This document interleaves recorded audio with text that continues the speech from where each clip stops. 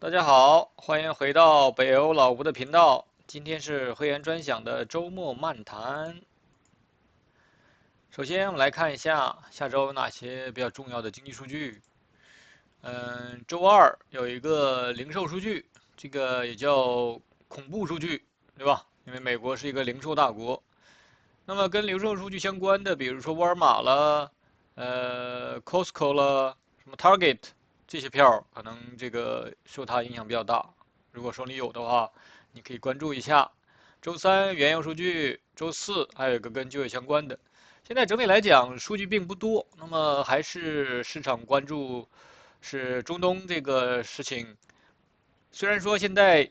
霍尔木兹海峡已经让这个商业船只通行了，但是好像最终这个停止战争这个事儿好像还没有最终决定，就是说最后到底怎么办？有可能也会有一些反反复复的一些这个情况出现，对吧？但是我们最终还是要关注市场合力的表达。那么不论是中东战争，还是美联储，还是特朗普，都只是这个合力中的一个分例，一个部分，对吧？那么对我们来说，关注最终合力的表达就可以了。那么这是经济数据，我们再看一下，因为现在已经进入财报季了，我们看一下下周有哪些比较重要的财报。那么我这个只是用这个网站，它这个就它列出来的一些，并不是所有的。它列出来这些呢，也只不过就是说，可能是这个对市场影响比较大，或者说它这个公司这个呃盘子比较大，对吧？它并没有列出所有的。所以说，如果说这里没有你关注的这个公司在这里面的话，但是可能是某一天出来的也很正常。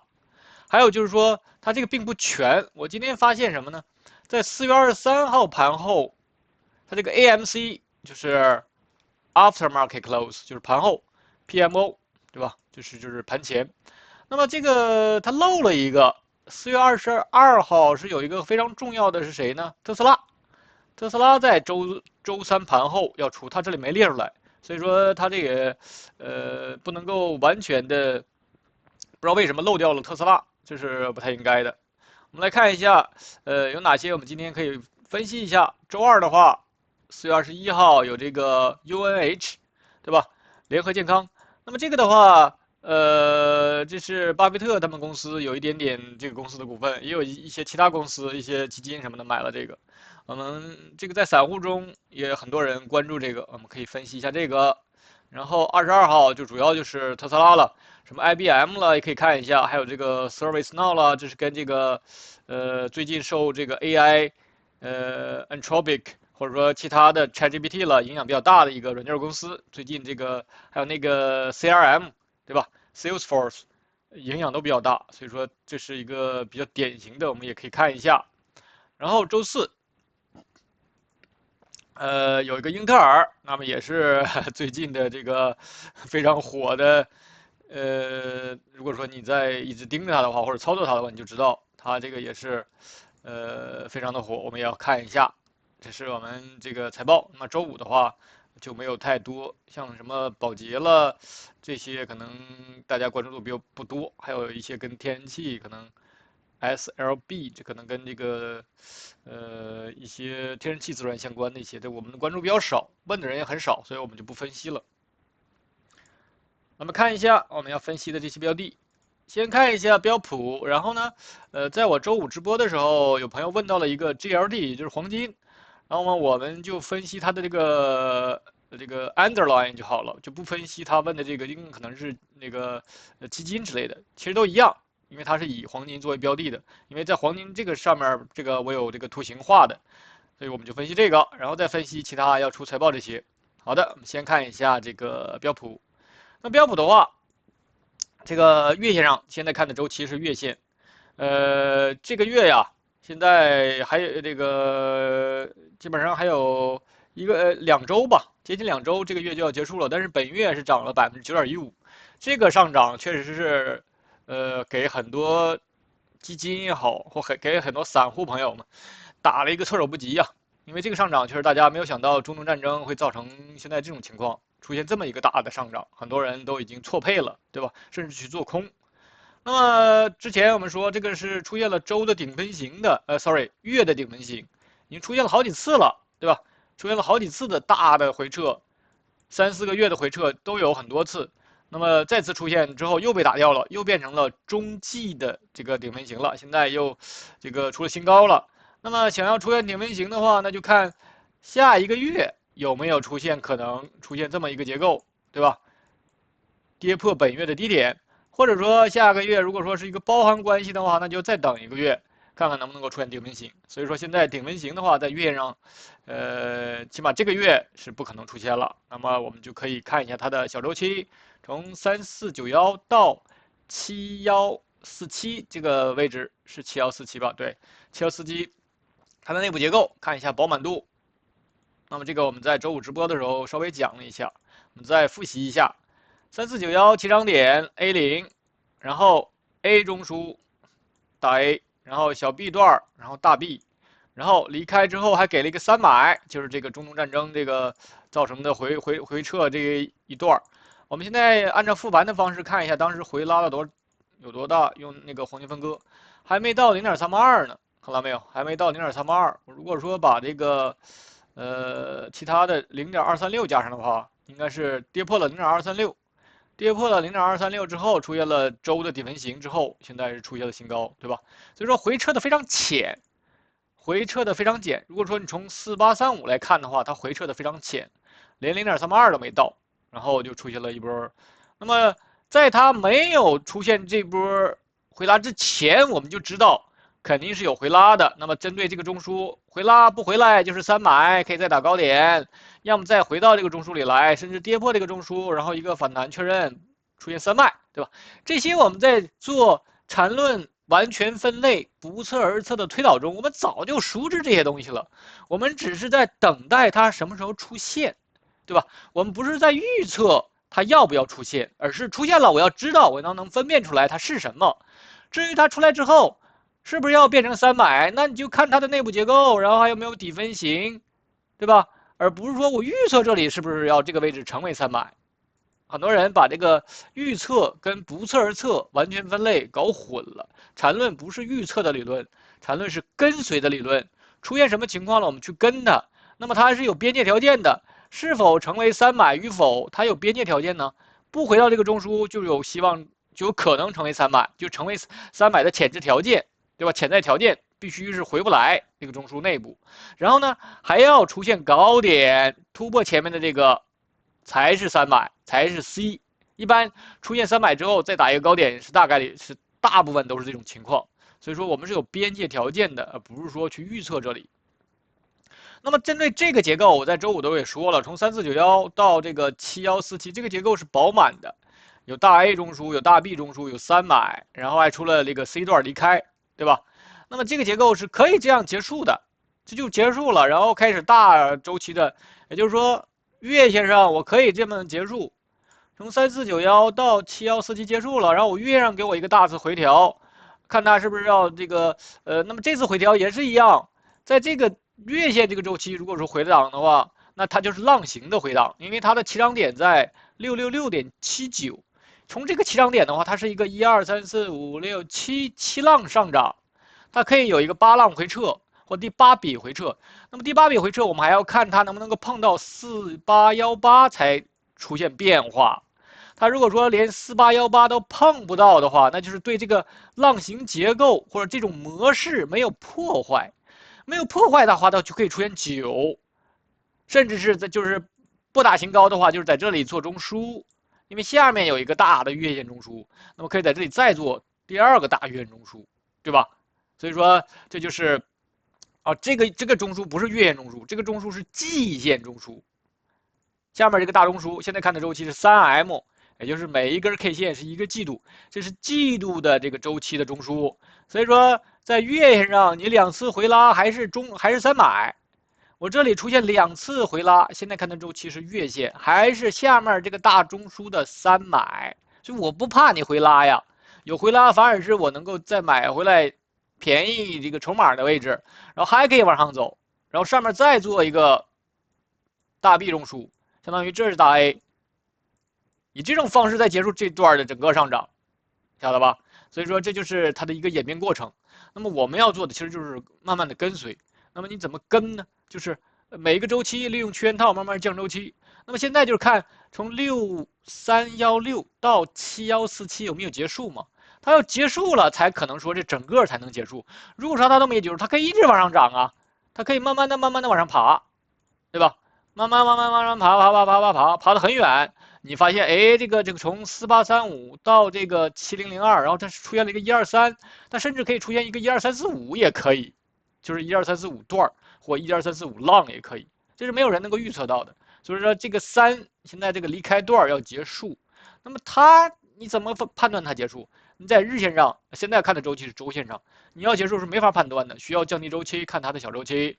那么这就是日线。日线上现在还是一笔走的非常强，对吧？连涨了2周，基本上就是连涨了2周。那么现在在日线上，我们看一下裸 K，连顶分型都没有出现，但是出现了几次这个跳空缺口。我也发现了这个，在一些微信群里面呢，或者一些论坛上，大家有说啊，这个缺口必补，很多人会说啊，出现缺口了，肯定是要补的，对吧？缺口大部分，尤其是周期比较小的，比如说日线或日线以下的缺口，大部分是补的，或者说周线也是，周线上的一些缺口，大部分也都是会补的。你看这里有个大缺口，这里有个大缺口，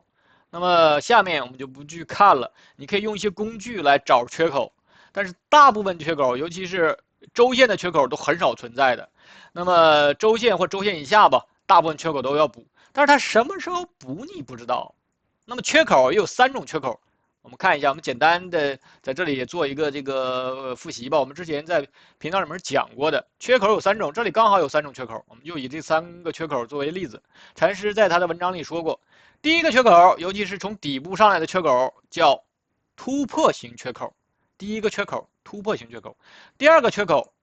中继型缺口，第三个缺口衰竭性缺口。所以说，这个衰竭性缺口和中继型缺口是大概率要补的，但是呢，突破型缺口补不补就不一定了，补不补就不一定了，就看这个后期走势。但是我在这里说，这里有3个，并不代表这3个就是突破型的、中继型的和这个衰竭型，其实没有意义。你这么定义，这个说是突破，只是相对的位置比较低，但是这个相对位置比较低，你照比这个前面这里4835啊，还有前面更低的位置，它还是高位呀，对吧？所以你说它，那你如果说这个位置算突破型缺口，那这都算什么了？对不对？在5800和这个5300这个位置，那这个缺口不就更是突破型缺口了？所以说这些没有意义。但是呢，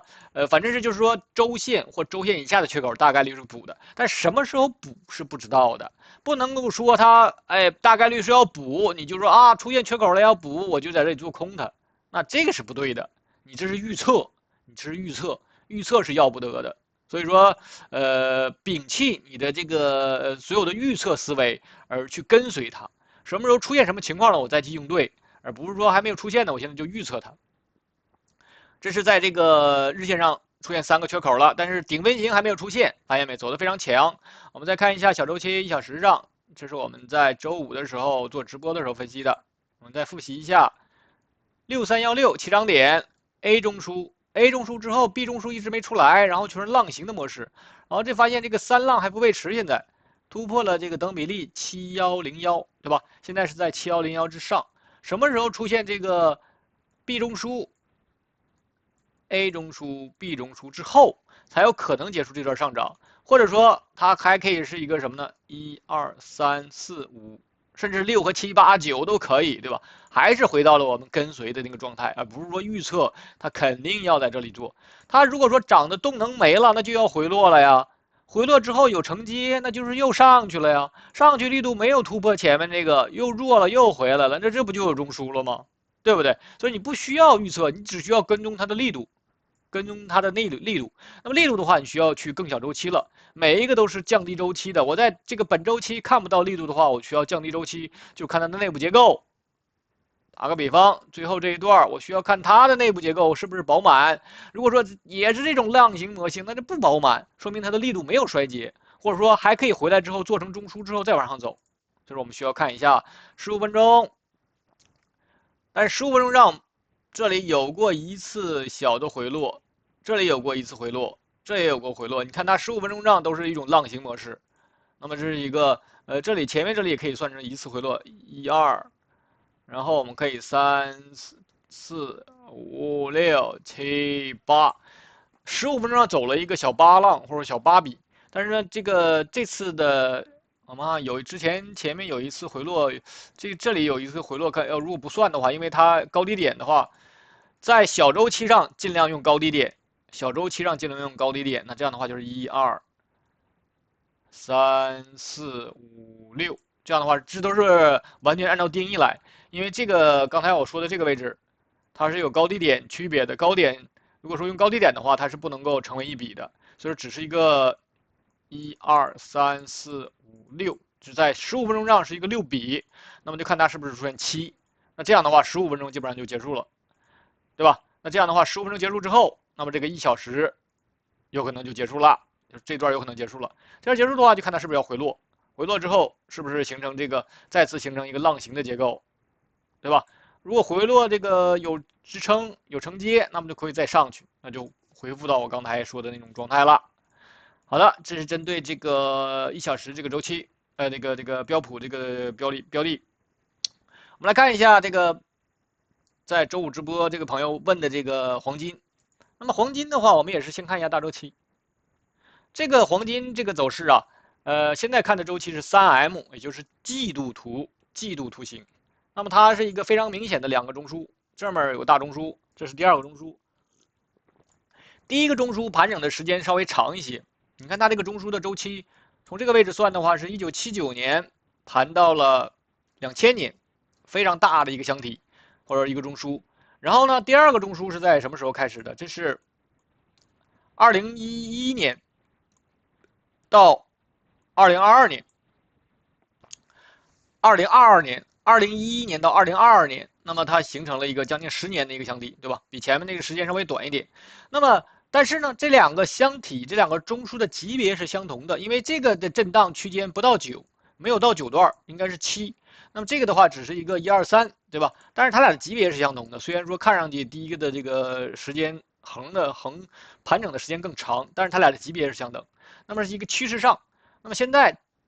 这波大的上涨是从1614开始的，1614之后，所有的这些都是在走离开段，就是第2个大 B 中枢的离开，或者你现在叫它 C 段也行，对吧？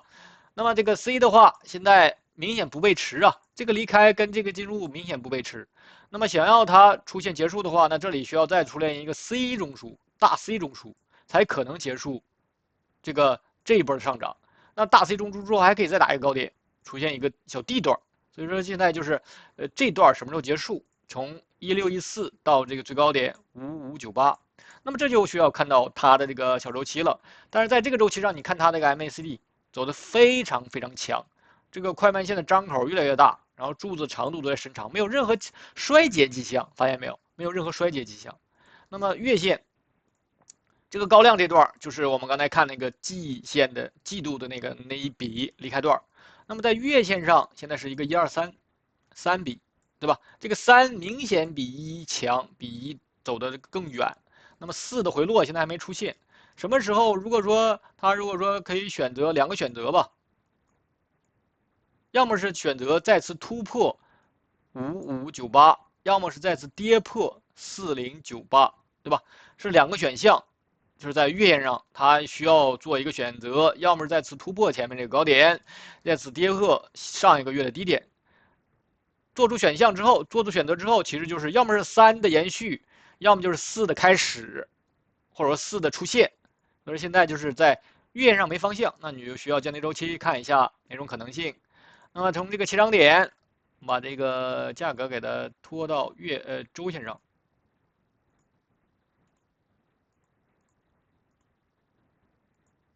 好的，这个起涨点1614，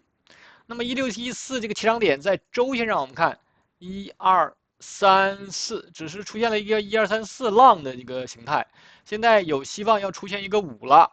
但是在周线上现在只有4根，就看下一周能不能够突破本周的最高点4898？如果说下周给你一个高开，就出现这个本周的高点的下周的高点的话，那这个周线上就出现第五浪了或第五笔了。但是呢，如果说它不能够再次突破5598的话，那看它是不是要在这里做这个 B 中枢，这个 B 周线的中枢啊。那么周线现在只有一个中枢，这个 sorry，周线上现在从这个起涨点1810还没中枢呢，所以说它可以在这里做这个周线的中枢呢。那这个中枢两次回荡还是下面这个月线这个震荡区间的300，要注意了。所以说现在你要这个就看它是否要选择出现这个周线上上涨一笔，但是在没有出现之前，你也不能说100%就说这个一定要出现上涨一笔，它也是可以，比如说下周给你一个包含的关系的，然后开始啪啪啪啪啪跌破这个4098也可以呀，那其实就是这个4没结束嘛，对吧？就是这个1、2、3、4的4的回荡没结束，所以说还要继续将近周期看一下小周期。那么这个小周期的话，我们因为它这个回落这一笔已经成一笔了，我们就可以从只分析5598右侧这一些，就看它怎么演变。但是呢，它这个有一个特殊情况，就是它这里其实有过一次日线的一个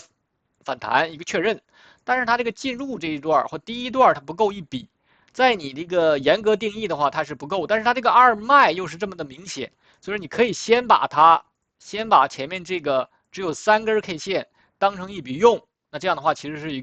它是有一个2次反弹确认的这么一个状态，然后你用这个趋势线的话，也可能画出一个趋势线来，它基本上也是离这个趋势线很近，比如这么画。我利用的就是这个，前面的高点和后面这个收盘的价格，你看到没有，都顶到这个位置。那么周五的话也是顶到了这个位置。如果说它要做一个反向中枢的话，这是进入段，那么这样的话相当于2次反弹确认，这样的话就有一个反向中枢了。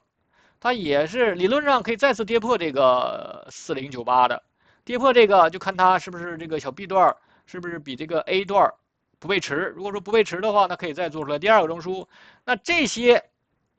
再打一个低点，所有的从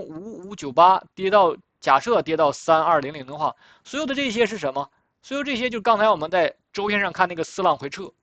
周线那个4浪回撤，它可以是这样演变的，对吧？这是一种情况。还有一种情况就是从5598到4098结束了，这个周线上4浪到这儿结束了，然后现在开始走5浪的反弹。那5浪反弹现在日线上只有一笔呀，它可以给你一次回踩，就这里不是有一个中枢吗？可以有一次回踩，但是不能跌破4098，给你个2买，然后再次突破4890，那这样的话不就是1、2、3段了吗？那么这样的话也构成了我们刚才说那个周线的那个5浪反弹，对吧？如果说它不能够突破5598的话，就是一个5浪反弹。那么反弹之后，其实就是在这里做大中枢，清楚了吗？所以说它怎么演变，你就要找到它的临界条件，那就是说是否要跌破4098，跌破它情况是不一样的，对吧？不跌破它就是2买，可以再上来，或者说是这样，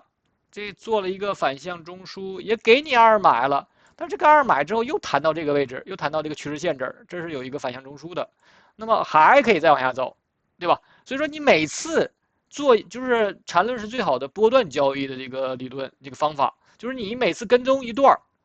但是这个周期尽量大一点，做日线或日线以上的跟踪，你这样的话它的空间也有了，然后也能够让你有时间去跟踪它，你就每次吃一段。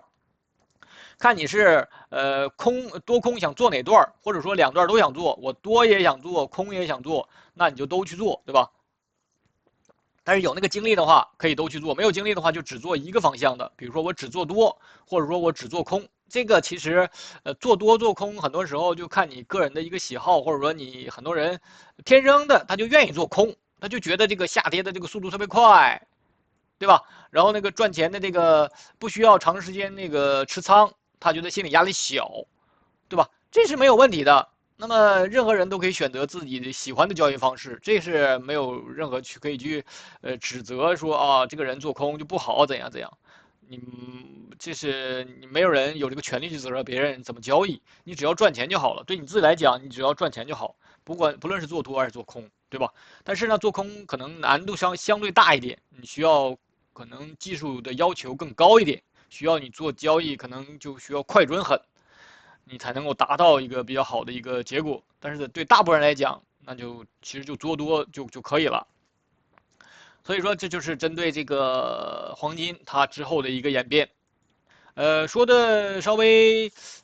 因为我多个周期结合起来讲，它相对的比较复杂。如果说一次看不明白、不太清楚的话，那就去多看几遍就好了，对吧？但是呢，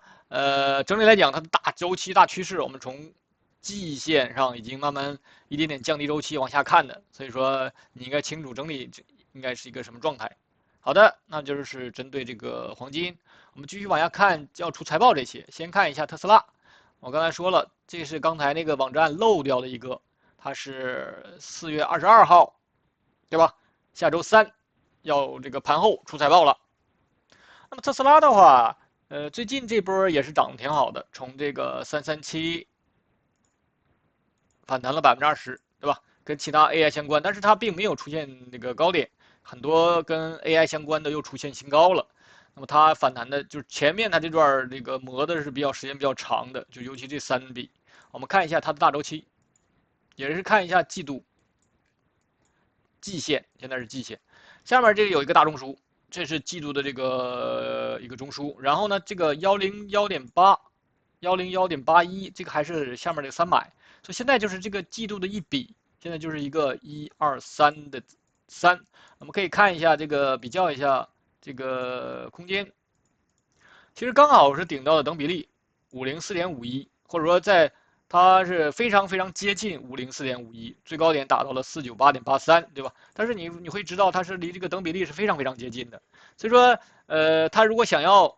再次往上走的话，一定要突破504不背驰才可以，也就是说这个3跟前面这个1不背驰才可能继续往上走。但是你会发现，就是简单的从季度上看的话，它走的没有那么凌厉呀、它从11.8这笔上涨的非常凌厉。现在这个价格是经过复权的，因为特斯拉经过好几次分拆了，对吧？你如果现在不分拆的话，现在可能在4、5千或两三千吧，这个股价这是经过分拆之后的，经过复权之后的。所以说这个为什么你会发现下面这个图形的这个非常瘪，或者说这个价格都非常小在这里。那么但是你会发现它这个第一笔回落的特别少，你看这个是出现过一次回落，2次，基本上其他全是在大涨，在每一个季度上。但是后面这段就不一样了，你看到没有？发现很多次季度的大的回落，所以说明显是这段上涨的内部回落的非常多，没有前面的那么凌厉。那么想要突破504的话，那就相对的难一些，或者说能够突破504，但是站不住的话还会再回来，一定要注意这个。你看它的 MACD 能看出来，MACD 这个柱子的面积跟前面比较明显小嘛，然后这个快慢线的高度也没有前面的高，所以是背驰的。所以说这里呢，什么时候如果说再次跌破这个位置，再次跌破337.24的话，反而是好事儿。我觉得如果说真正是这么走的话，给你一次季度上的一个大回落的话，反而是好事儿，因为它这里其实做了一个 B 中枢，下面是 A，做一个大 B 之后，看看能不能够有力度离开，对吧？做一个停顿。所以说，如果说真是出现跌破这个337.24，就是季度上再次跌破，出现5次这个5个季度回落的话，那么还反而是一个结构买点，就是出现了 B 中枢结构的一个买点，看它是不是能够离开。这是在这个季度上，那么我们需要看一下，因为现在这个从101.81这个上涨，它既没有突破前面的高点，其实就是一个中阴段嘛，就是一个中阴状态，就这3根 K 线就处在一个中阴状态，要么是往上选，要么是再次跌破这个位置，就是新的这一笔生成，要么就是这前面这一笔没结束，就是这么个状态。所以说我们需要降低周期，那么月线上从101.81开始，这里是进入段，然后开始2次回荡，做了一个中枢，然后开始尝试离开，但是没有跑多远，又被拉回来了。这次拉回来反而形成了一个潜在300，在月线上，现在看这个水印是月线图，反而这里是回撤了5个月，5根 K 线够了，现在是反而形成了这个潜在的这个中枢的300了。那么如果说能给一个月的底分型，那就更好了，看它是不是能够这样走，再次突破这个498.83，那这样就会形成一个123段，看它是不是形成背驰之后，也就到了我刚才说那个50几那个位置，看它是不是这种状态能不能结束，对吧？结束之后看它是不是有大的回调。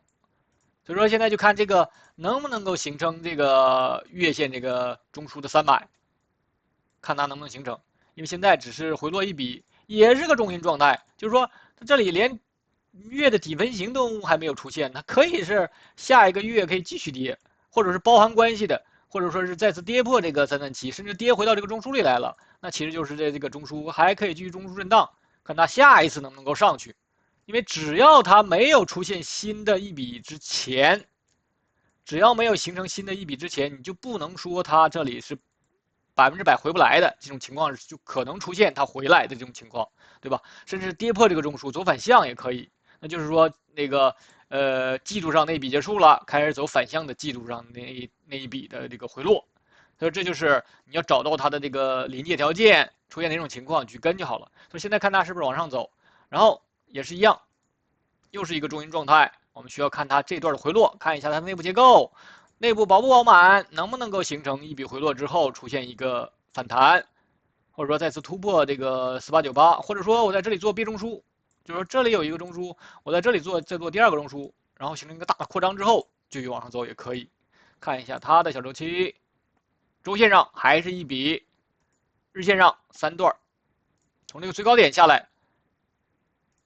498。下来之后是3段，1、2、3。我们之前是测过这个3段的，应该是在一个等比例的位置。哦，没到等比例，等比例是在325，它没跌到325，最低跌到了337。看这个价格，最低跌到了337.24，并没有跌到325，就出现反弹了，说明这个3出现背驰之后，跟1比较出现背驰之后，然后出现了新的一笔上涨，对吧？那么这个在日线上的话也是一样，因为我刚才说了，周线上并没有这个出现周线的一笔反弹，只有周线的这个一笔下，所以说你不能说这个出现这个3段之后就结束了，它完全是可以在这里做一个反向中枢之后，继续下。你发现没有？这个结构跟刚才分析那个黄金又一样了，黄金那个日线上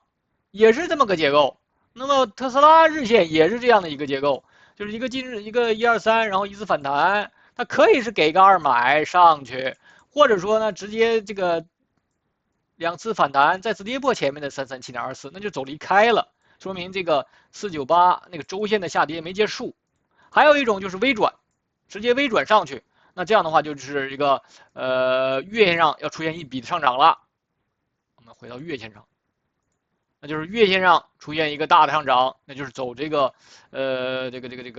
月线这个大中枢的一个离开，走它的123离开，对吧？所以说，能不能出现这种情况不知道，只是这种在理论上是出现的，在那个标普上不就出现了吗？标普的日线不就出现了一个123之后的一个大微转，这就是一个标普的一个123，然后一个微转突破了前面的这个历史高点，对吧？所以说，没有办法预测它后期什么情况，但是呢，你要跟，但是这个明显就比标普那个弱，就这一笔反弹现在，微软那个标普那是直接就微转了，那么现在它的话又被顶到了，我们看裸 K，顶到了这个200天这里，看到没有？现在是200天还没有完全突破，那么再上去的话就是120天，也就是在420左右吧。看它是不是要再往上冲一冲到420，因为现在虽然说这波还没有冲到0轴以上 MACD，但是呢力度还是不错的，尤其是前2天这个周3这一天涨了7%多，所以下周就关注它是不是要再往上涨一涨到420到120天附近，还是说我直接就出现一个顶分型，然后开始有回落，那就回到我们刚才了，这是进入段，然后给你一个2买上去，或者说再次跌破它337，就是这个可能出现潜在的1买，或者说如果说不背驰的话，也就是说这里有中枢了。那么它的进入段跟离开段比较不背驰离开段，那就是可以再做出来第2个中枢，对吧？所有的这些都是跟踪出来的，都是一点点跟的，而不是说去预测的。那么这就是特斯拉。那么因为它这个周3盘后要出财报，那么我们看一下它的现在到120天5%的空间。那么如果说能够再往上走一走，我们到这个最高点吧，那就有点大了，24%。如果说能够到前高的话是24%，如果说往下来的话，到这前面那个低点15%，这个相对的空间是比较大的，一个24%到15%的这么一个震荡区间都有可能。财报的话就太难这个猜了，你都是猜。即使能够你觉得对它的基本面、对它这个财报数字了解很多的话，能够预测出来它的好坏，但是指引呢？这个指引好坏其实更多的决定了这个盘后的一个走势，因为这个指引的好坏，这个谁能知道它的这个对剩下的这个季度、下一个季度指引呢？这都没法去这个做猜测的，所以说可上可下的。那么区间就在这里，那就看你怎么来操作了。好的，这是针对这个特斯拉，我们再看英特尔。英特尔的话也是，4月23号周四，它是周四有出现这个财报。那么英特尔的话，这段上涨的也是，让很多人这个措手不及啊。那么很多人可能卖的比较早了，对吧？踏空了。但是英特尔的话，我们看一下它这个结构，这个结构我要看大周期的话，可能更大一些。为什么要看一个更大的结构呢？因为它在我们现在看的周期是12M，也就意味着每一根 K 线是一年。我现在看的是年线图。为什么要看一下年线图呢？因为它这个年线图非常这个有意思在哪儿呢？它这个年线出现了一个年线大中枢，出现了一个年线大中枢啊。前面从69.29跌到17.67，这里是我们看，1、2、3、4、5、6，跌了6年，跌了整整6年。那么有2根 K 线出现包含关系，包含处理之后刚好够5根，所以说这个太有意思了。那么现在是用了2年时间，也就是2025年，其实采用了1年多一点儿，对吧？采用了1年多一点，1年零1个季度就回到了前面的高点这里，甚至是比前面的高点还高，这就很强了。那么如果说它要走一个年线的离开的话，那后面的空间就大了去了。你看这个 MACD 已经全部拉回来，如果甚至是空中加油之后往上走的话，那这就太牛了。如果说能够走出来年线离开的话，那就太厉害了。那么它如果说往上走，再次突破这个历史最高点75.81，那就是时间问题。因为这2年走的太强了，对吧？走的太强了。你看前面这里，那基本上从下面这个小阳线，基本上也涨了那个三四次吧。所以说，如果说能够稍微延续一点的话，再次突破75.81都是时间问题。所以这就是为什么它那个图形上走的这么好。那么我们需要看一下这2根儿，就这2年的内部一个结构。季度上一比，从17.67到这个70.38，在季度上还是一比，月线上还是一比，周线上出现结构了。周线上是现在是潜在的一个123，从17.67，所有的这些都从17.67来分析的，因为现在我只关注17.67右侧的一个演变。那么在周线上还是一个123，但这个3很可能没结束呢，因为3现在只有3周3根 K 线，这只有3根 K 线，现在是一个123的状态，然后也是很强，虽然说这个面积没出来，但是它可能没走完呢。然后 MACD 走的也是非常强的，发现没有？所以说这都是表达一个强势状态。什么是强势？这就是强势。那么看一下日线，日线上从17.67的话，下面有一个 A 中枢，这里做了一个 B 中枢，但是呢，它这波回落是够一笔的，所以说我们需要分开看了。也就是说，从17.67到54.6，这是周线上的一笔，然后这是周线上的回落一笔。那么前面这里是2个中枢，一个趋势上结束了，然后呢，从这个54.6跌到40.63是一个3段，严格定义的话是3段，不严格的话其实是带中枢的。怎么带中枢呢？这前面这里算一笔，因为它严格定义它是不够一笔的，只有3根还是4根 K 线，我们看一下，3根，它只有3根 K 线，对吧？所以说这里是算进入段，因为它的2次反弹是够严格定义的，所以说进入段可以没有，但是反弹必须要有，然后离开也是没有，都是跳空缺口。可以都是跳空缺口，这虚线可以是跳空缺口，就是但是它构成中枢这3笔要满足定义，它就是这种情况，进入段跳空缺口，然后2次反弹，然后还有离开，对吧？这其实是一个饱满结构，有进入，有中枢，有离开，这个是一个饱满的盘整结构，所以说这就是为什么构成了这段这个结构构成了周线上的回落一笔，然后就开始尝试离开。其实它走了一个大周期的一个1、2、3，或者说大周期的一个浪形，从这个实线留期，也就是周线上是这么一个大的一个浪形结构，但是只不过就是在日线上我走出来了趋势上，一个趋势上对应一个盘整下，那么对应大概率情况也要对应一个趋势上，也就是说。前面是一个趋势上，两中枢趋势上，那么后面这个大概率也是两中枢趋势上，或者说再不齐的话，也要给到一个1、2、3，就是一个盘整，一个中枢结束它也可以，但是现在连折线都没有啊，对吧？我们之前说买的时候要买3折，或者说买5折，那么上去呢吗也要折线，那么现在连这个只有一笔，连折线都没有，所以有回落要大胆买，有回落要大胆买，反而是一个2、3买重合的一个买点。下面如果说你把它当成一个类中枢的话，回不来这个中枢是3买，那么针对前面那个1买的话还是2买，所以是一个2、3买重合的。你也可以用这个黄金分割测一下，但是现在连顶分型都没出现，就是为什么它走这么强呢？那么这次中枢这个财报就重要了。如果说出现这个财报给你一个大的回落，你一定要注意。我们可以测一下，从这个周五收盘，如果说这个到这个中枢是上沿28%，这空间就很大了。如果说到这个0.382的话，14%，到0.5 18%，20%吧。或者说他把这个缺口，这里有个缺口，看到没有？他如果是把这个缺口补掉的话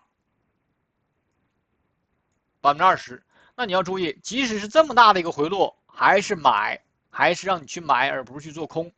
最差的就是跌到这个120天，看裸 K， 跌到120天均线这里，我们看它这个区间就更大了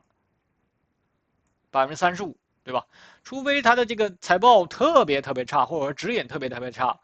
才会出现这种情况。那么如果说不出现这种情况，都是让你去好的回。如果说在财报之前给你一个顶分型了，那么你的获利也非常丰厚了，你可以先减一点嘛，对吧？减一点，然后如果说财报之后继续涨，那你也无所谓，你手里还有底仓。但是如果说财报之后回落了，那你不是更可以以便宜价格买回来的一个好机会吗？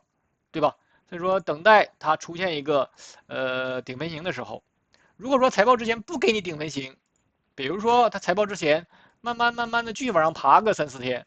那么你怎么办呢？那你这时候你就要去看它的小周期了，小周期上有没有结构饱满度啊？但是现在我们简单看的话，这里是有一个中枢的，你看这里有4根 K 线，除了这个之外就没有，所以走得非常强。但是呢，说明它是以小周期其实出现了这么个结构，有这个小中枢，有中枢，有进入段，有离开，对吧？这个离开短，发现没有？这个离开短，如果说在财报之前也不能够出现一个不背驰状态的话，那么基本上就是出现一个，它可以是这里有一个小中枢，然后财报的原因就给拉回到这个中枢里来了。我们看一下这个空间大概有多大，8%左右的一个空间，基本上也符合这个英伟达的一个这个震荡区间。所以如果说真的给你出现8%的回落，是一定是去做多的，而不是去做空的。很多人觉得，哎呀，涨这么高了，肯定有回落了，对吧？你这在一个大趋势都是向上的状态下，你去做空，其实是逆势状态，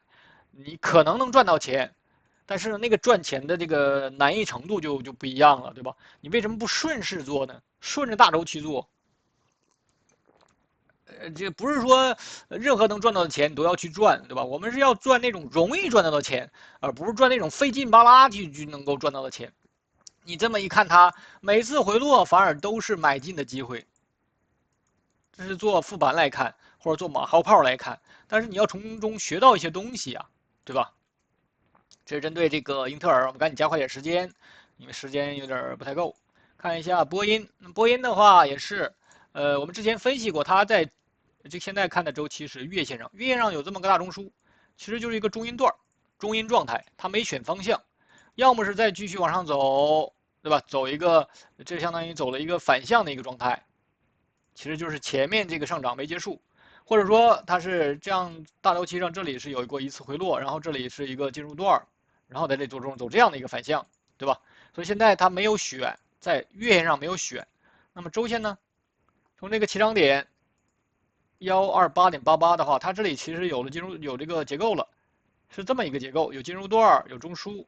但这个反弹还不够一笔。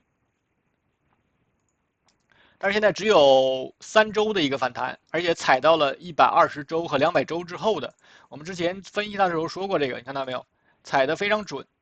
踩到了这个120周和200周这个里得到支撑之后起来的。那么就看它是不是要继续往上走，对吧？这里是有一个中枢的，我看看是不是能够到中枢上沿这个位置，看一下空间8%。如果说再次回踩一次200天或者120天，这个200周或120周，13%上下10%左右的一个空间，就是它的一个震荡区间。那么再看一下日线上，那么日线上从187.72到现在这个最高点内部，我这里已经画出来了。这里有2个小中枢了，所以这个的结构现在已经相对饱满了。那么它如果说冲不上去的话，那可能在日线上其实是这么一个结构，我从这个最高点断开，254这里断开，有可能是周线上现在周线上这里是够一笔，但是新的一笔没有生成，有可能它没结束，它可以是，哎，又是这么一个结构，发现没有？又是一个进入段，然后2次反弹，然后给一个二买，因为它碰到了前面这个低点，碰到了228.96。所以它是可以是做一个中枢之后给你个二买再上去，甚至是理论上可以再次跌破187的，对吧？看他怎么选。所以真的要往回来的话，那就是如果说跌不破187，其实是给了一个二买之后再上。如果说你手里有它的这个底仓，如果说一直跟踪它的话，是可以去尝试买回落的。下面也是有2个缺口，这有2个缺口，看它是不是要补一下，回踩一下。我们可以看一下在日线上。那么到这个第一个缺口这里的话，4.76%到第2个缺口10%，对吧？所以说你要真回来补缺口的话，你一定要注意，是如果说力度不能够再次跌破是187的话，一定是去做买的动作。这是针对这个波音，我们再看这个联合健康 UNH，那么这个其实也是，应该是在哪个位置出现消息的时候，应该在这个位置出现消息的时候，说是巴菲特，他们公司买了一点这个，对吧？因为它也是保险公司嘛。也是跟巴菲特的主营业务他们是相同的。当然，我们看一下大周期，月线上现在看的周期是月线，它也是回踩到了200月了，看到没有？回踩到200月这里，现在是在200月和120月之间这么一个状态，所以它其实也是一个中阴状态，要么是再次突破，需要选方向，再次突破381，说明这个反弹这一笔形成了。那么上面有个大中枢，如果说回不去的话，还是一个月线大三脉，还可以往下走，相当于这里走一个打个3指或打一个5指，对吧？如果说它往上走的话，那就看它拉回去，那其实就是做这个中枢震荡，给你个二买可以继续上，甚至是最强的当然就微转了，直接回去。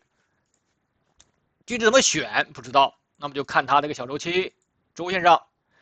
周线上这里从最高点下来，其实是可以是这样一个结构，哎，做了一个反向中枢，然后可以继续往下走。但是呢，最近这3周涨得挺强的，你发现没有？从这个255.97直接反弹回到了这个中枢上沿了。那么在这个马上就面临这个财报，我们看一下它到上沿到这个前高这里有多高，有多大空间？17%，17%。如果说到中枢下沿22%，上下20%左右的一个空间是它这个区间。如果说它往下选，再次跌破234.6，没有力度的话，一定要注意，那就容易形成，就是从630.73，然后到这个新的低点就结束了，可以给你的一个破底翻，然后往上翻，往上走。一定要注意它往下走没有力度的情况，因为这个结构是饱满的，这个结构是饱满的，在打低点的话。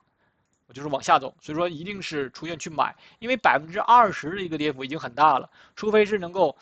超过20%、30%以上的跌幅，才有可能走离开，晓得吧？但是它现在 MACD 并没有表达出来要往下扎的那个意向，你看前面这里往下扎的很厉害，现在没有这个掉头往下扎的意向还没出现，反而是有可能要上去，所以我个人倾向的话，我不会去做空它，或者说你要赌单边的话，我也不会去赌下跌，反而可能是拿一点小仓位玩玩往上走，对吧？现在更多可能是往上走，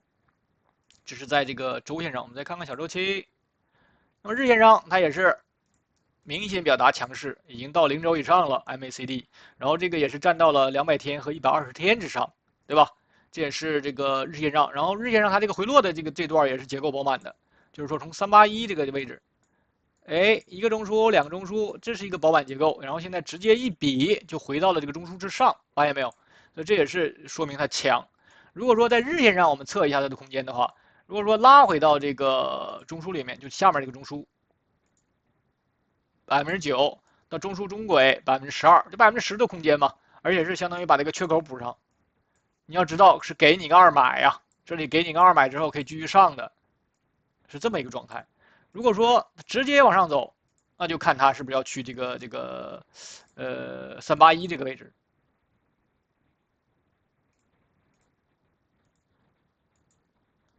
17%。为什么381这么重要呢？因为突破381意味着这个月线上成一笔，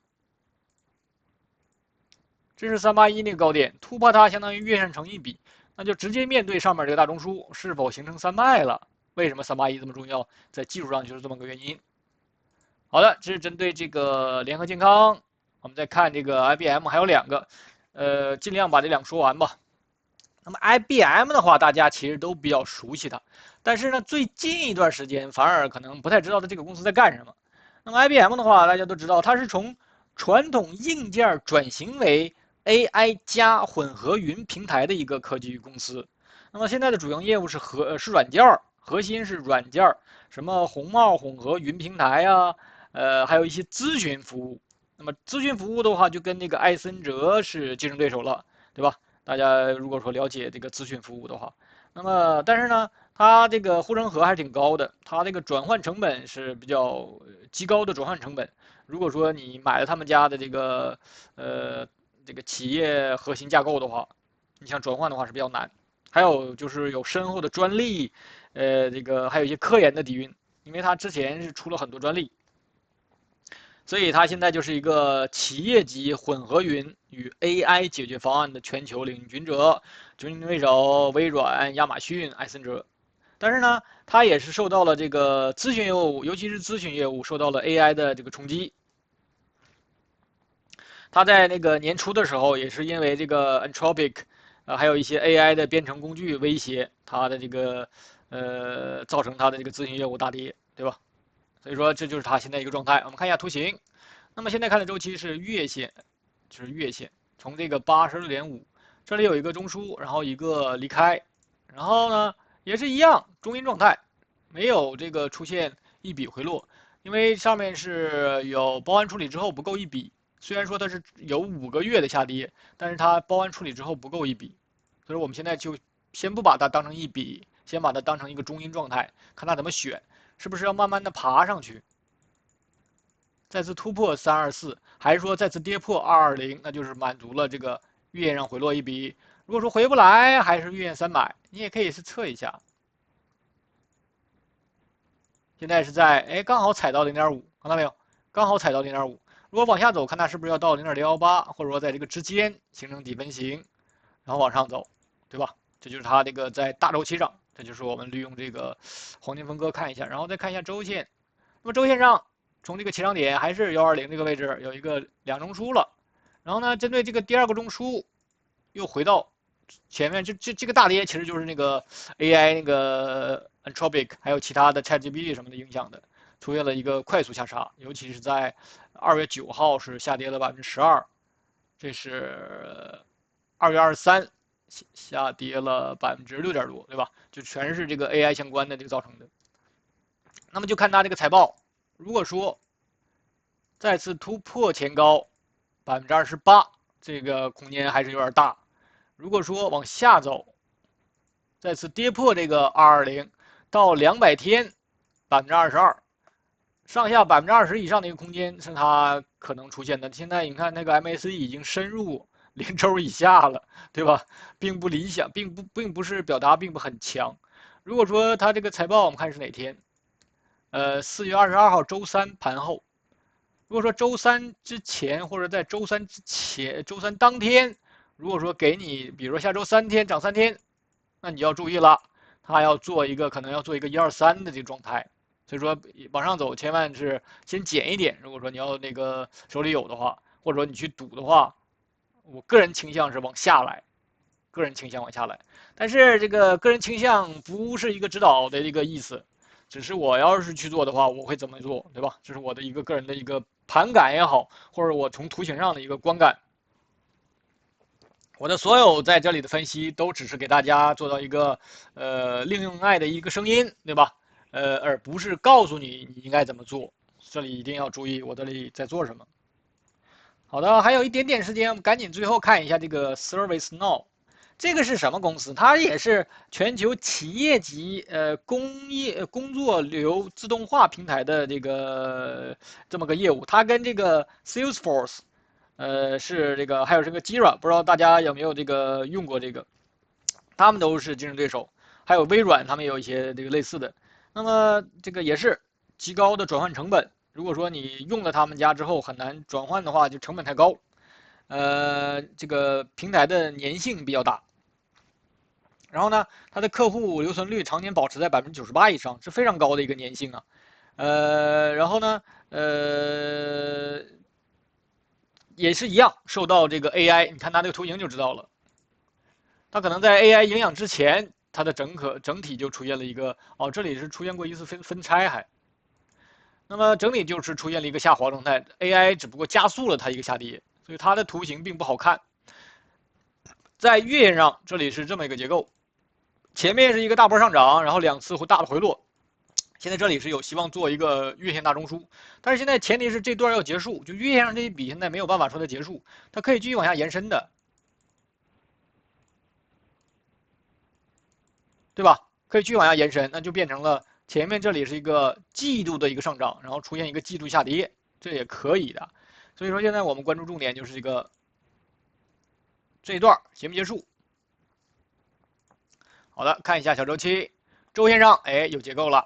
进入段，然后2次回荡，做了一个中枢，然后又再次离开，还给了一个周线3脉。这里还给了一个周线3脉之后又打了个低点，打了个3折，看到没有？打了个3折之后，现在有趋缓的迹象，然后本周是出现了一些反弹，16%点多一个反弹，但是底分型还没出现，因为跟上这2个 K 线出现了包含，那就看下一周是不是要给一个底分型，然后看它是不是能够弹一笔，这样的话就相当于这是 A 中枢，是不是要在这里做 B 中枢？做一个 B 中枢之后，如果说差不多利好也差不多了，那是不是要再继续下，对吧？因为这个结构不饱满呐。或者说我给我一个123，哎，这个特别强，给我一个123也行，突破这个类中枢，我们这里有一个类中枢，管它叫，也可以。或者说不能突破类中枢，就直接回到这里，然后给你个2买之后，也是一个123，也可以这么样一个变成了一个